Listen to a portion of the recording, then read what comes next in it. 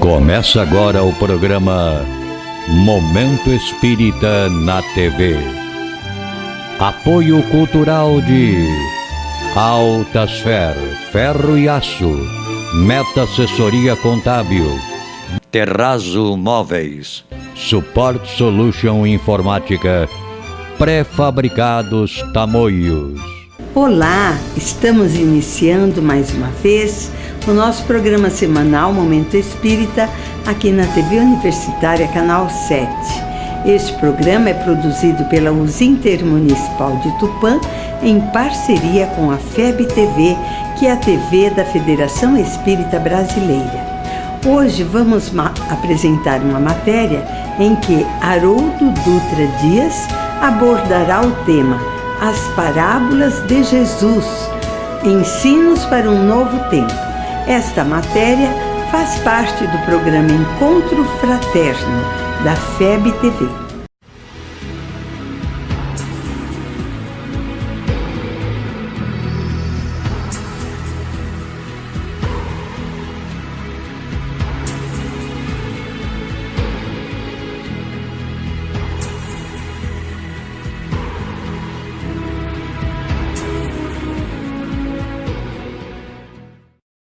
Olá, nosso programa Encontro Fraterno de hoje está em parceria com o programa Espaço Espírita e canal Tá na Web. Hoje nós recebemos Haroldo Dutra, que vai nos falar sobre as parábolas de Jesus, os ensinos para um novo mundo. Haroldo, muito obrigada. Obrigado, Angélica. É um prazer nosso. Bom, vamos começar falando sobre o seu primeiro livro, né? Tradução do Novo Testamento. O que motivou a escrevê-lo? Nós percebemos que havia uma lacuna nesse mercado de publicações de tradução, porque, regra geral, as traduções são feitas por um determinado grupo religioso visando a sua comunidade religiosa. Então, um grupo católico produz uma tradução para a sua igreja católica, um grupo protestante para a sua comunidade protestante, e geralmente e naturalmente, nenhum problema nisso, essas traduções procuram orientar aqueles fiéis nos princípios da doutrina abraçados para aquela escola religiosa. E depois de fazer uma pesquisa em mais de 100 traduções, em vários idiomas, nós percebemos que nenhuma delas tinha sido feita com um objetivo literário, um objetivo linguístico. Uma tradução neutra, isenta, que desse atenção a detalhes do texto original e que contivesse notas explicando aspectos culturais, aspectos linguísticos exclusivamente, sem adentrar em aspectos religiosos, em dogmas religiosos.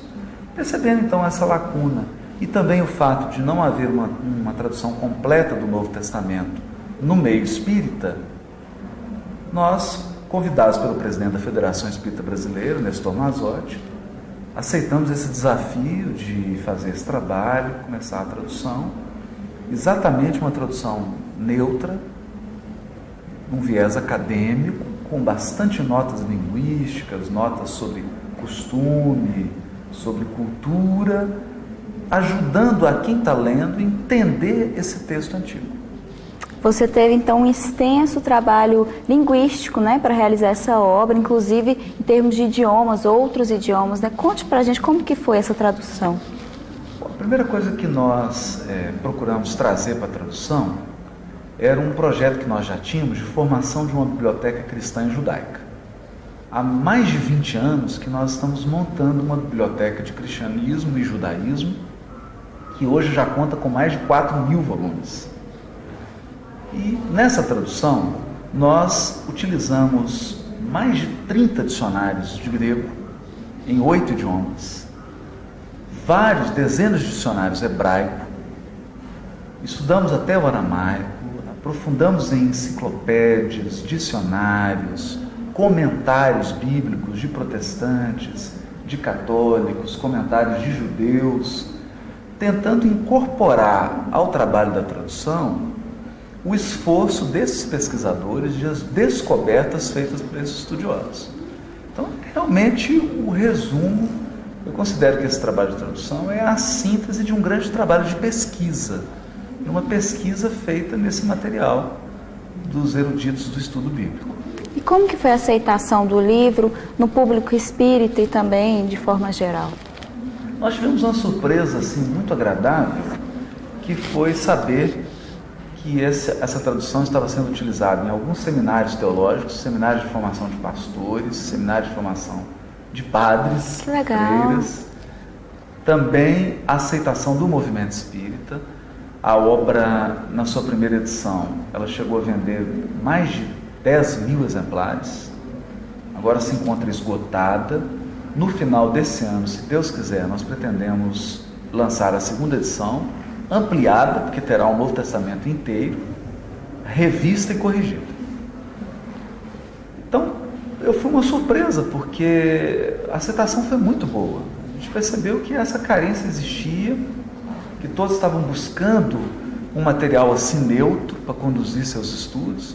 E como ela é uma tradução aberta, como nós estamos abertos a sugestões, desde que elas sejam embasadas e fundamentadas, temos recebido inúmeros e-mails, inúmeros comentários que têm agregado experiência de teólogos católicos, teólogos protestantes, de alguns judeus. Isso tem favorecido demais o aperfeiçoamento da obra. E qual que é a importância da leitura e da releitura dos textos bíblicos, originais? Eu digo que a grande dificuldade dos textos bíblicos é que eles foram escritos numa língua e numa cultura que está distanciada da nossa em milênios. De modo que o entendimento desses textos bíblicos exige que a gente transponha um abismo cultural. É preciso que você faça uma viagem no tempo e vá de encontro a essa cultura e a essa língua que não é a nossa. Nos últimos anos, a pesquisa bíblica se incrementou muito. Muitas descobertas de documentos, descobertas arqueológicas, estudos e comentários mais aprofundados, novas perspectivas que se desenvolveram na teologia, tudo isso contribui e convida o leitor a revisitar, a fazer uma nova leitura dos textos, incorporando essas descobertas e essas pesquisas. Foi o que a gente procurou fazer e pretende manter esse processo de atualização, esse processo de aperfeiçoamento, incorporando todas as sugestões e todos os acréscimos da pesquisa que a gente também continua acompanhando, porque é um aprimoramento assim, muito veloz. Cada dia surge um pesquisador novo, um comentarista novo, e toda leitura nova que se faz, a gente percebe um ângulo que tinha deixado para trás. Nós vamos para um breve intervalo e voltamos já já.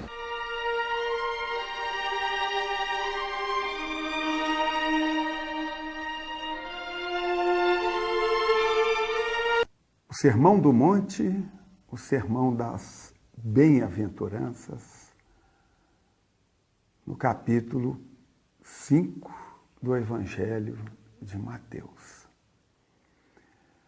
Analisando um pouco mais detidamente essas bem-aventuranças, observamos que Jesus alcança a todos aqueles que estão no planeta Terra.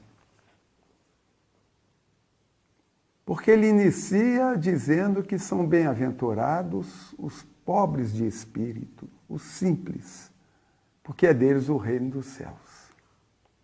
E vai numa sequência extraordinária dizendo que são bem-aventurados aqueles que já adquiriram mansuetude, porque herdarão a terra. Que são bem-aventurados os aflitos, os que choram, os que estão passando pela expiação ou pela provação, dor física ou dor moral, porque serão consolados. Terão oportunidade de se renovar perante a sua própria consciência, perante si mesmos, e avançarem, seguirem. Também são felizes esses. São bem-aventurados os que têm fome, têm sede de justiça, porque serão saciados. Os misericordiosos, porque alcançarão misericórdia. Os puros de coração, porque verão a Deus. Jesus aí nos mostra que para ter um sentimento cada vez maior de Deus é preciso que desenvolvamos a pureza de coração. Também bem-aventurados os que promovem a paz, porque são chamados filhos de Deus. E, por fim, aqueles que são bem-aventurados quando são perseguidos por causa da justiça, porque é deles o reino dos céus. Interessante.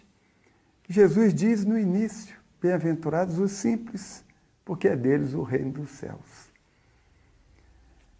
Aquele que está iniciando o seu processo evolutivo, aquele que é criado simples e ignorante, aquele que está ainda nas suas primeiras encarnações, primeiras experiências num corpo físico.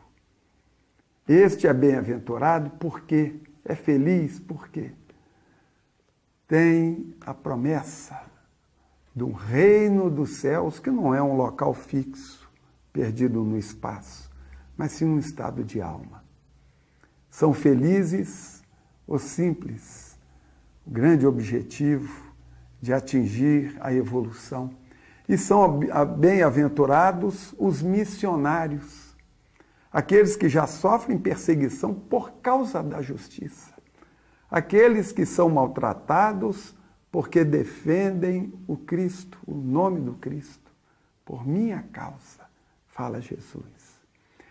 Então observa o companheiro que Jesus apresenta aí toda uma escala evolutiva para todos nós, desde a simplicidade das primeiras encarnações, passando pelas experiências exitosas ou não, pela aflição, quando se adquire experiência para não mais errar, e aí desenvolve a mansuetude, a misericórdia, e vai seguindo o seu caminho até um dia se tornar missionário, defensor da verdadeira justiça, da justiça supraconstitucional, a lei de Deus, que está acima da lei dos homens, muito além das constituições. É uma faixa enorme que Jesus nos coloca, dizendo, em qualquer estágio que você esteja da sua evolução, você é feliz, tem possibilidade de ser feliz. O Evangelho ensina e responde.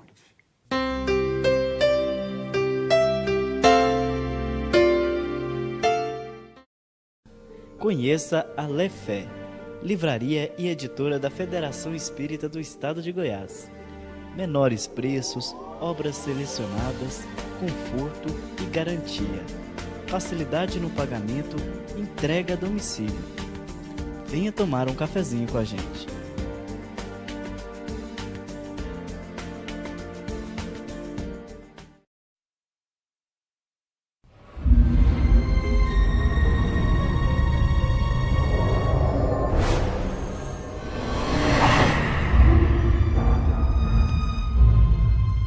This assignment about UFO abductions. Abductions? And I'm sure you'd find out if it's a hoax or if there's really something going on there. Eu tava assim muito doente, viu, moço? Os médicos diziam que tava desenganada.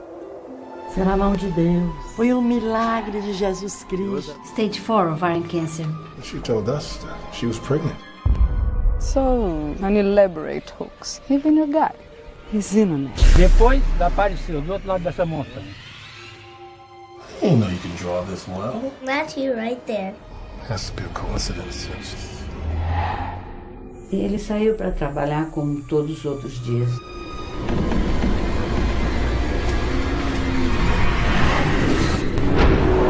Ele disse que vai retornar. Ask her who she got that. He drew this mountain. I know about you and your son. Imagina mundo Thomas com milhares de pessoas como Gandhi. Do you have my son? Stop playing with me! Você veio aqui querendo respostas. Hello? Can you hear me? Eu estou te dando respostas. was true. I think we've been out in the hot sun for too long. They can't be trusted.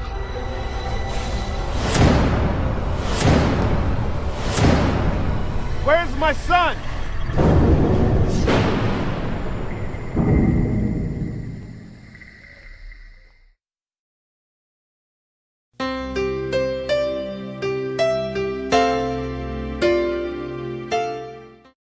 Estamos de volta aqui com Haroldo Dutra, falando um pouco das suas obras literárias. No primeiro bloco nós tratamos sobre a tradução do Novo Testamento e agora falamos sobre as parábolas de Jesus. Bom, Haroldo, por que o Cristo, se servia desse processo de falar sobre as parábolas? Como que era isso?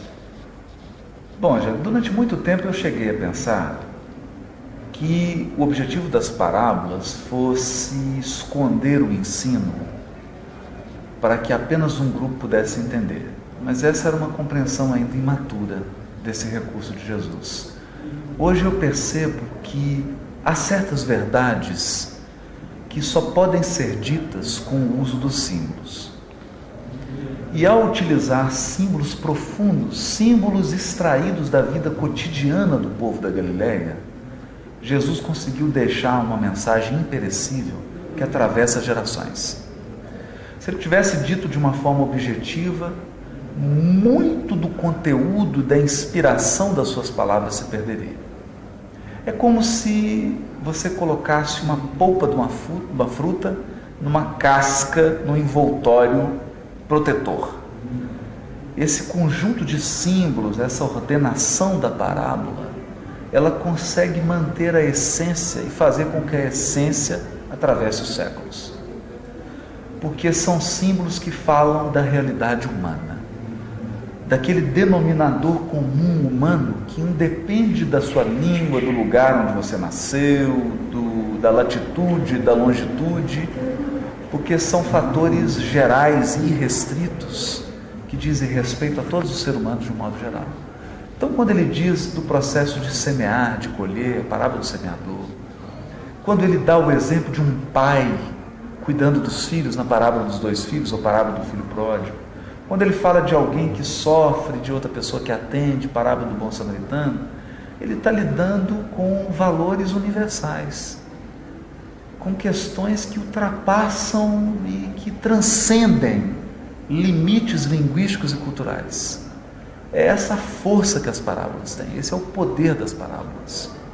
E quais são os elementos que estruturam e que compõem a parábola? A parábola, ela sempre tem um conjunto de material, a matéria, da onde que você está extraindo a inspiração para tratar daquele assunto. Então, a matéria da parábola é tirada, às vezes, da vida agrícola, da vida em família, dos negócios, aquele conjunto da rotina das pessoas que estão ouvindo. Esse é o material. A parábola também tem um aspecto que é a forma, a maneira como Jesus compõe a história. E essa forma como ele compõe é às vezes inusitada. Jesus conta parábolas que são paradoxais, contém exageros e excessos que chocam o ouvinte. Mas é esse o objetivo dele. Essa é a parte composicional. É como que ele arranja os elementos da parábola, querendo, evidentemente, com isso, chamar a atenção do leitor. Chamar a atenção do leitor para algum aspecto essencial. E um terceiro elemento que seria o conteúdo da parábola. O conteúdo é aquela mensagem eminentemente espiritual, que sempre tem a ver com a exemplificação dele. Então nós podemos dizer que a chave para entender o conteúdo de uma parábola é a vida do próprio Jesus. Ele sempre exemplificou a essência daquilo que ele está ensinando. Jesus é o critério para a interpretação segura das suas parábolas. Então, ele, como tinha uma capacidade de acolher a todos, nós não podemos fazer uma interpretação que exclua, se ele era acolhedor. Ele que pregava o perdão, nós não podemos interpretar a parábola pregando o ódio, porque ele é o elemento controlador do conteúdo. A sua vida é a essência do seu ensino. Então, assim, forma, matéria e conteúdo são esses 3 elementos da parábola que nós não podemos perder de vista. Evidentemente que há outros detalhes, mas esses são 3 pilares fundamentais para a compreensão da parábola. E como que foi possível interpretar essas parábolas? Nós buscamos inspiração em 2 fontes. No aspecto referente ao material e ao conteúdo, no estudo da linguística, para entender o que é língua, o que é linguagem, o que é texto, como que se forma um texto, o que é um texto, qual a visão contemporânea de texto, como que um texto deve ser lido, qual o significado ou significados de um texto, como se constrói o significado, o que é o discurso. Então, todas essas questões que nos dão uma capacidade de enxergar os textos dos evangelhos do Novo Testamento de uma forma mais ampla. Buscamos também inspiração na arqueologia bíblica, nos comentários bíblicos, na história bíblica, na história das tradições, tradição judaica, tradição cristã, porque tudo isso representa material de apoio para o estudo das parábolas. E no aspecto da essência, buscamos a contribuição da doutrina espírita. Porque a doutrina espírita, ela nos traz um conjunto de material, uma compreensão de Deus, da vida e do homem, que nós só encontramos ali. E isso amplia os nossos pressupostos, isso amplia a nossa base. Nós chegamos para ler a parábola, para ler os ensinos do Novo Testamento, com um novo fundamento, com uma nova concepção. E, evidentemente, o resultado da nossa interpretação é diferenciado, quando nos servimos desse arsenal, desse manancial que a doutrina espírita nos proporciona. É importante dizer também que a parábola ela é para todos os públicos, né? Isso que acredito que seja a grande essência da parábola que Jesus queria trazer. Jesus tinha uma capacidade de adaptar o seu ensino aos mais variados públicos. Era uma sensibilidade que ele tinha de, ao compor a parábola, fazer uma composição com os elementos da vida diária das pessoas que estavam ouvindo. Por isso o seu ensino é sempre próximo. O ensino de Jesus, ele sempre fala diretamente ao coração. Ele fala de maneira próxima, porque ele tem essa pedagogia que eu chamaria de pedagogia divina. A capacidade de partir da realidade da pessoa, dos elementos do ouvinte, para verdades transcendentes. É o mestre dos mestres. É o mestre. Nós vamos para um breve intervalo e voltamos já já.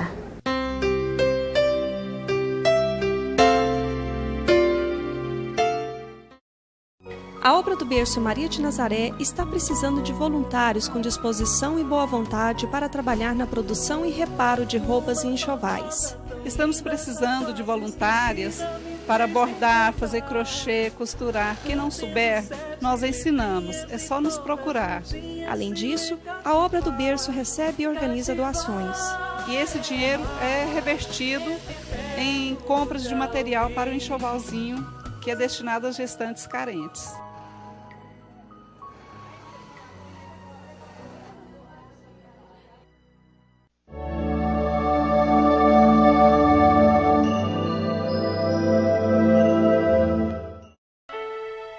Cada um de nós deve tornar-se útil, segundo as faculdades e os meios que Deus nos colocou nas mãos para nos provar. Eles nos ensinam também que não há faltas ou erros irreparáveis. O ser humano encontra um meio necessário nas diferentes existências para avançar segundo o seu desejo e os seus esforços em direção à perfeição, que é o seu objetivo final.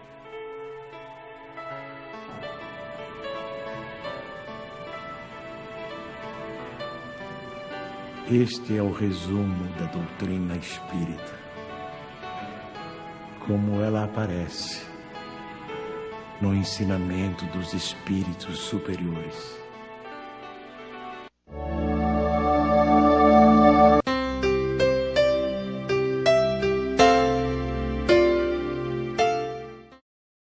Estamos de volta com Haroldo Dutra, falando um pouco das suas obras. E nesse bloco, nós vamos falar um pouco do espiritismo e da transição planetária. Haroldo, qual é a grande importância do espiritismo na vida das pessoas? Eu estou plenamente convencido que a doutrina espírita é o consolador prometido por Jesus. E cada vez mais que viajo e tenho a oportunidade de encontrar com as pessoas que perderam filhos em acidente, pessoas que tiveram parentes assassinados, pessoas que estão enfrentando um câncer terminal, estão enfrentando algum revés na sua vida e que encontraram na doutrina espírita um conjunto de respostas que asserenaram seus corações. Eu me convenço desse aspecto consolador da doutrina, porque ela nos ensina que somos espíritos imortais e que a justiça de Deus se manifesta nas múltiplas vidas que nós vivemos. Que, na verdade, essa breve vida aqui é apenas um estágio da nossa longa peregrinação até chegar ao Criador. Quando nós compreendemos isso, nós começamos a dimensionar os problemas de uma maneira diferente. Aquilo que era um grande problema, que te desestrutura, que te leva até mesmo a pensar no suicídio, é colocado na sua posição, a pessoa se enche de esperança, ela se enche de paz, de confiança em Deus, porque ela entende essa transcendência da vida e essa transcendência da lei divina. Eu acredito que muitas pessoas não teriam encontrado paz, não teriam encontrado um apoio, um suporte, não fosse a consolação encontrada na doutrina espírita. E sempre que faço uma palestra, sempre que tenho a oportunidade de falar da doutrina espírita, eu faço sempre com esse respeito, respeitando a palavra, respeitando a oportunidade de falar, porque do outro lado pode ter um coração que está em lágrima, que está sofrendo e que vai encontrar nessas palavras um estímulo para estudar a doutrina e para encher de luz e de esperança o seu coração. Estou plenamente convencido disso. E o que é que o Cristo trouxe para nós de mais sublime e importante? Se nós pudéssemos resumir a lição de Jesus, eu diria que ele apresentou à Terra o amor incondicional. Porque nós conhecemos o amor, nós vivemos do amor, né? Sem amor não há vida. Mas o nosso amor, ele ainda é um amor limitado. Eu amo o outro, mas espero dele fidelidade. Então, se ele for infiel, eu retiro o meu amor. Eu amo meu filho ou minha filha, mas espero que ela corresponda, o que ele corresponda às minhas expectativas. Se ele não corresponder, eu reduzo o meu amor. Eu amo as pessoas, mas espero que elas concordem com a minha ideia, que elas me apreciem, porque se elas não gostam de mim, se elas não apoiam ou não concordam comigo, o meu amor é restrito, ele é limitado, eu retiro o investimento. E com Jesus, a humanidade conheceu um amor que é um amor incondicional. Ele não depende do outro. Ele é um amor que se mantém na plenitude, apesar do que o outro faz. Então Jesus consegue amar até mesmo aqueles que o crucificaram. Isso nos faz recordar o caso de Joana de Cusa, quando o soldado a prende e ela iria ser queimada junto com o filho, e o soldado diz para ela assim: o teu Cristo só te ensinou a sofrer? Ela falou assim: não, ele me ensinou também a te amar. É um amor incondicional, o amor que está absolutamente no meu controle. é quando eu atinjo um nível de espiritualidade que eu não permito ao outro controlar o meu amor. O meu amor está absolutamente no meu domínio. Eu não deixo que o comportamento do outro influencie na minha capacidade de amar. Essa é uma lição sublime e acredito que esse amor incondicional, por isso Jesus deixa a sua frase, e o Chico dizia que se ele tivesse autoridade, se ele fosse alguém com autoridade, ele mandaria pregar uma faixa bem grande no mundo inteiro dizendo assim: amai-vos uns aos outros como eu vos amei. Que é a grande lição de Jesus, nos convidando a nos amar como Ele, o amor incondicional. Haroldo, nós gostaríamos muito de agradecer a sua presença, agradecer as suas obras, né, que tanto nos ensinam. Eu que agradeço. Muito obrigada. Nós agradecemos aos telespectadores do nosso programa Encontro Fraterno, programa Espaço Espírita, tá na web e também a TV ICEB. Muito obrigada. Apoio cultural de Altasfer, ferro e aço, a mais completa linha de materiais para serralheria, ferro para construção, estruturas metálicas, bobinas galvanizadas e caixas para portões basculantes.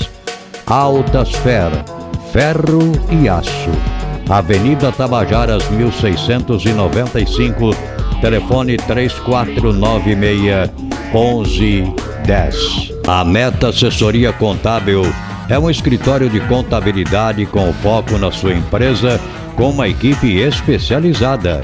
Prestamos serviços de contabilidade, escrita fiscal, departamento pessoal, abertura de firmas, imposto de renda e demais assuntos fiscais e tributários.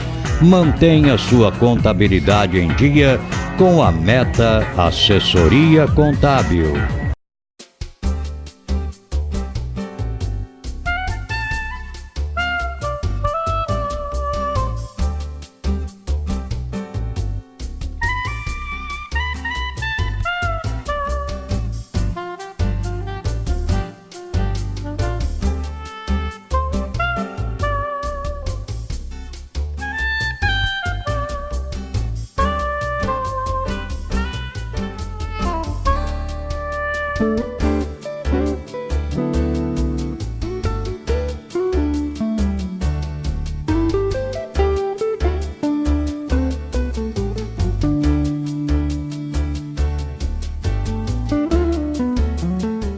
Support Solution Informática oferece o que há de melhor em equipamentos de informática pronta entrega em até 10 vezes sem juros. Assistência técnica em computadores, notebooks, impressoras e atualizações de GPS. A mais completa linha de cartuchos e toners original e recarga. Support Solution. 17 anos comemorando com você. Ligue 3441-1277.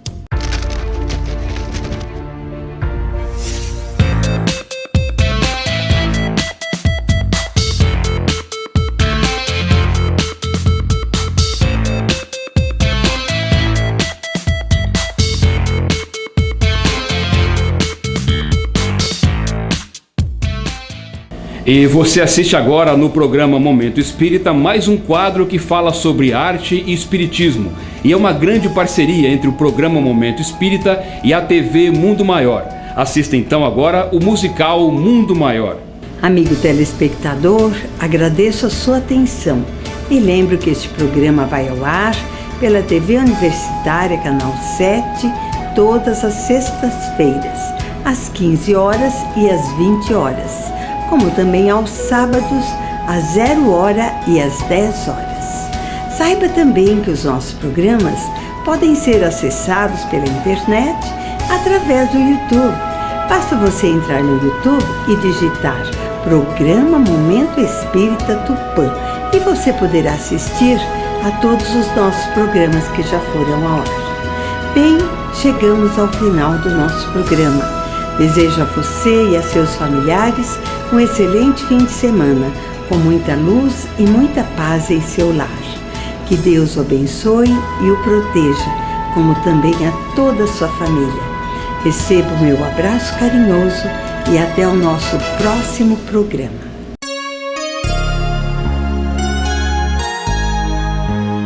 Ouça pela Rádio Nova Tupã, FM 100,3, todos os domingos, das 13 às 14 horas, o programa Momento Espírita, apresentado por uma equipe de colaboradores da União das Sociedades Espíritas Intermunicipal de Tupã, com mensagens de paz, otimismo, esperança e amor. Programa Momento Espírita, todos os domingos, às 13 horas na Rádio Nova Tupã, FM 100,3.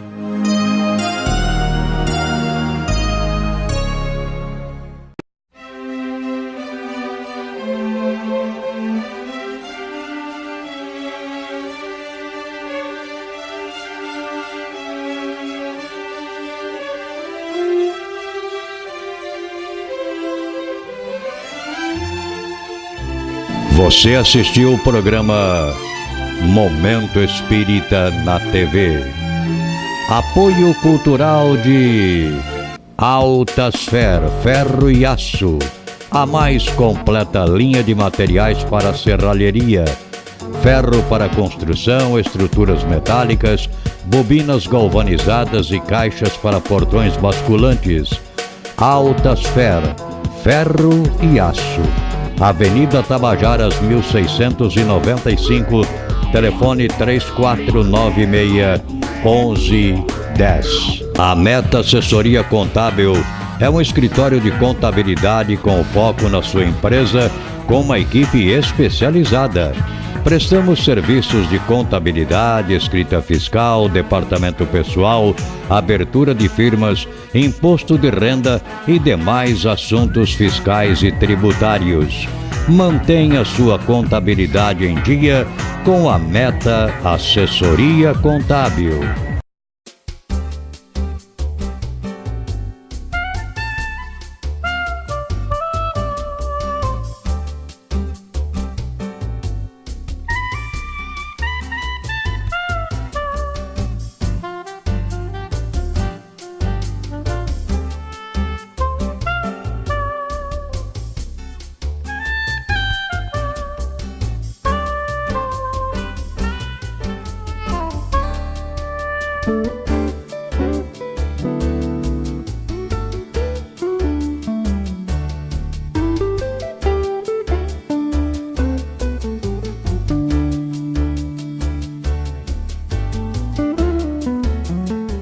Support Solution Informática oferece o que há de melhor em equipamentos de informática à pronta entrega em até 10 vezes sem juros. Assistência técnica em computadores, notebooks, impressoras e atualizações de GPS. A mais completa linha de cartuchos e toners original e recarga. Support Solution. 17 anos comemorando com você. Ligue 3441 1277.